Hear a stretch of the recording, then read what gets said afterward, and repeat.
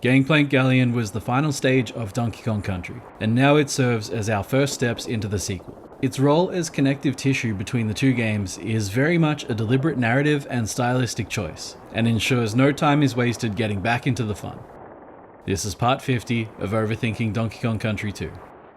I think that sentiment is reinforced by the overworld map. Donkey Kong Island is visible in the background, a literal visual connection to this game's predecessor. But more than that, if you look at the overworld of the first game, Gangplank Galleon almost appears like an inverted mirror of it. In DKC, it's the island with the ship in the distance. In Gangplank Galleon, the ship takes center stage with the island in the distance. That's genius, right? There's a real sense of flow and a strong element of environmental storytelling at play here too. The ship itself has run aground, with a hole smashed into its side. The levels progress from the back of the ship to the front, with the levels taking us from the quarterdeck, up the main mast, onto the main deck, down into the hold, and finally, up the foremast, past the topsail, and into the literal crow's nest. We move across the length of the ship, but also from its lowest point to its highest. The light and weather effects give us a real sense of time passing, not unlike the early moments of Congo Jungle. It's these little things that give a game like this its sense of adventure and atmosphere.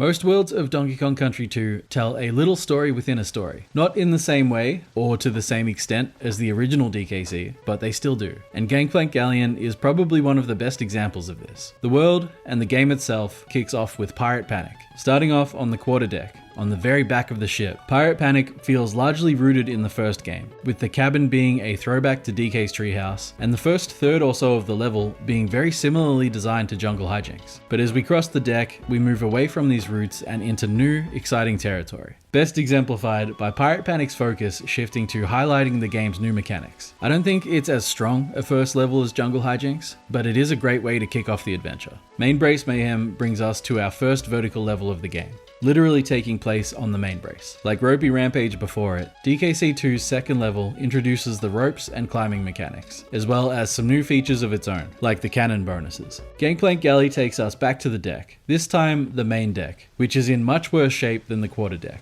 The level's gameplay is themed around the hooks, yet another new addition to DKC2. We meet some cool new enemies, find our first invincibility barrel, and probably other stuff. But for my money, the coolest part of Gangplank Galley is the sunset that unfolds behind it all. Unlike the sunset in Jungle Hijinks, this one feels otherworldly and almost hostile, for lack of a better word. To me, it's one of the earliest moments of Donkey Kong Country 2's personality really coming through.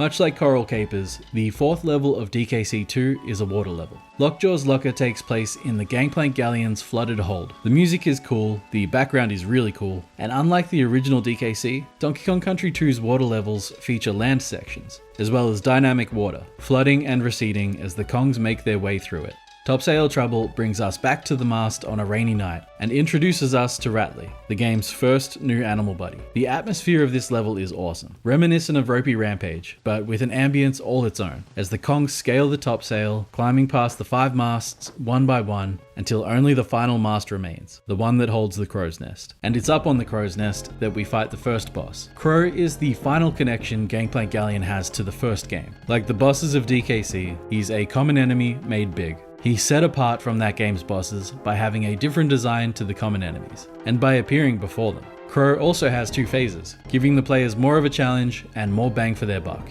I've said it more than a couple times this series, but I believe the role of Gangplank Galleon in the context of Donkey Kong Country 2 is as the game's first act. In terms of film, the first act of a 3-act structure is sometimes referred to as Thesis, or the familiar. It takes place in a world the characters know. Star Wars has Tatooine, Lord of the Rings has the Shire, Bill and Ted's Excellent Adventure has the Circle K. Not all films fit into this structure, and definitely not all video games, but it's a good tool nonetheless. The known world, with its rules and status quo, needs to be established before it can be subverted, which is why we spend roughly an eighth of the game here. I've also said more than a couple times that I don't believe the story really kicks off until World 3, and while that still holds true, we can still see elements of the greater theme of DKC2 at play here in Gangplank Galleon. The ship, despite returning to their home turf, has run aground and is more or less abandoned. Just one of the many wrecked ships that litter the base of Crocodile Isle. Over the course of the game, we see a familiar pattern repeating itself. A ship wrecks itself upon the island, apparently having failed to check itself beforehand. And while it's not visible in Gangplank Galleon, these ships are all connected in some way to a supernatural element. The ships of Krool's armada may, in fact, be cursed to repeat the same misfortune over and over. There's also the theme of entropy and stagnation that permeates the entire game starting to creep in here, though the true extent of which won't be seen for quite some time. I think it was in the very first episode of this series, or possibly even back in the Donkey Kong Land series, where I said the Gangplank Galleon theme, first heard in DKC's Krool fight and later referenced in Clomp's Romp and Sneaky Chanty, was based on an old Rare game. Turns out it's Sid Meier's Pirates. Okay, that's all I've got. The three games in the DKC trilogy probably shouldn't be compared to each other. That said, it's almost impossible not to.